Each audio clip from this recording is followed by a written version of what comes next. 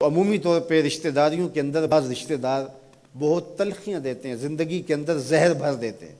لیکن اگر کبھی وہ مجبور ہوں تو ان کی اعانت کریں، اور ان کا رویہ کچھ بھی ہو، زہرناک ہی ہو، لیکن آپ کا رویہ خوبصورت ہونا چاہیے۔ آپ مجھے اگر پوچھیں کہ سب سے بہترین صدقہ، سب سے افضل صدقہ کون سا ہے، تو سب سے افضل صدقہ جو مجبور ناراض رشتہ دار کو دیا جائے، جو رشتہ دار آپ کا شریک بن کے ہر جگہ پہ کھڑا ہوتا ہو، ہر خاندانی میٹنگ میں، ہر خاندانی ایونٹ میں آپ کے مخالف کھڑا ہوتا ہو، آپ کو نیچا دکھانے کی کوشش میں لگا رہتا ہو، اور کسی وجہ سے وہ کمزور پڑ جائے، مالی مشکلات میں مبتلا ہو جائے، اور آپ اس کی مدد کرنے کی پوزیشن میں ہوں، تو آپ کا نفس آپ کو کبھی بھی اس کی مدد کرنے پہ آمادہ نہیں کرے گا۔ آپ کا نفس روکے گا، آپ کہے گا کہ یہ تو ہمارا شریک ہے، تو سانپ کو دودھ پلائیں، اب تو اس کا سر پاؤں تلے آیا ہے، اس کو تو کچل دے،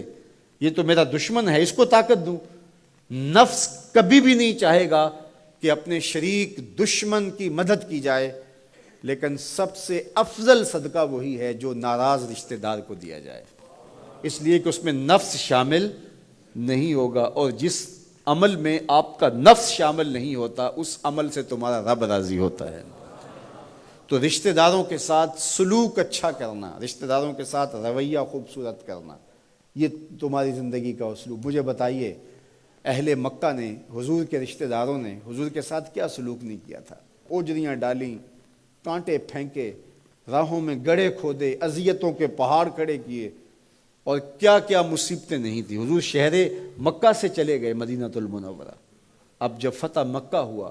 تو حضور جب تشریف لائے تو ناقہ پہ سوار ہیں، تو اب یہ تھر تھر کانپ رہے ہیں سارے رشتہ دار حضور کے، برادری کے لوگ۔ انہیں پتہ تھا کہ آج ہمارا آخری دن آ گیا ہے، اور اگر بڑا بھی رحم ہوا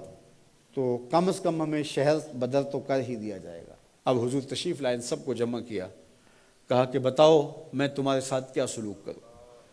تو انہوں نے کہا کہ آپ کریم باپ کے کریم بیٹے ہیں، ہمیں آپ سے اچھے سلوک کی توقع ہے، اور ان کو توقع یہ تھی کہ ہمیں قتل نہ کیا جائے، شہر سے نکال دیا جائے۔ تو آقا کریم نے فرمایا اذهبوا انتم الطلقاء، جاؤ چلے جاؤ، میں تمہیں معاف کرتا ہوں۔ اور آج تم سے وہی کہتا ہوں جو حضرت یوسف علیہ السلام نے اپنے بھائیوں سے کہا تھا، لا تثریب علیکم اليوم، جاؤ چلے جاؤ، تم سارے آزاد ہو۔ اور حضور نے سب کو معاف کر دیا۔ معاشرے کے کمزور لوگوں کی حضور علیہ السلام مدد کرتے، ان کا بوجھ حضور اٹھا لیتے۔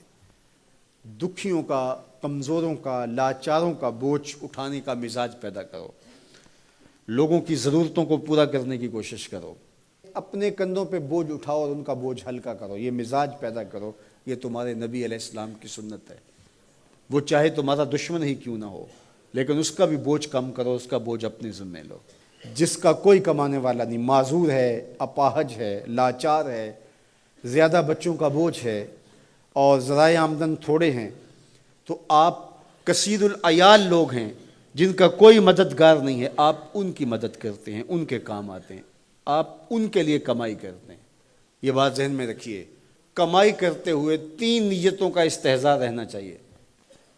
3 نیتیں آپ کے ساتھ جڑی رہنی چاہیے، تو آپ کا کاروبار، آپ کا رزق کمانا بابرکت ہوگا۔ اگر چوتھی چیز جڑ گئی تو آپ کے کاروبار میں، آپ کے رزق میں پیچیدگی آنا شروع ہو جائیں گی۔ سب سے پہلی نیت آپ کے ساتھ یہ جڑی ہو، عموماً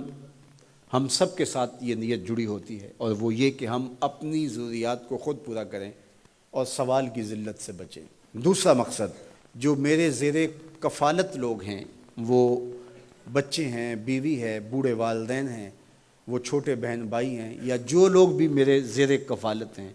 ان کی ضروریات کو میں نے پورا کرنا ہے، اور اس کے لیے میں یہ رزق کما رہا ہوں۔ تیسرا مقصد ہمارے ساتھ جڑا ہونا چاہیے، اور جب بھی ہم کمائی کر رہے ہیں تو ہمارے ذہن میں یہ بات ہو کہ معاشرے کے وہ لوگ، وہ میری گلی میں ہیں، میرے رشتہ داروں میں ہیں، میرے محلے میں ہیں، یا کہیں اور ہیں، جن کا کوئی کمانے والا نہیں ہے اور مجبور ہیں، میں ان کی مدد کروں گا۔ اللہ مجھے اس کاروبار سے، اس وسیلہ رزق سے اتنا عطا کر دے کہ میں اپنے بچوں کی کفالت بھی کروں گا، اپنی ضرورت بھی پوری کروں گا،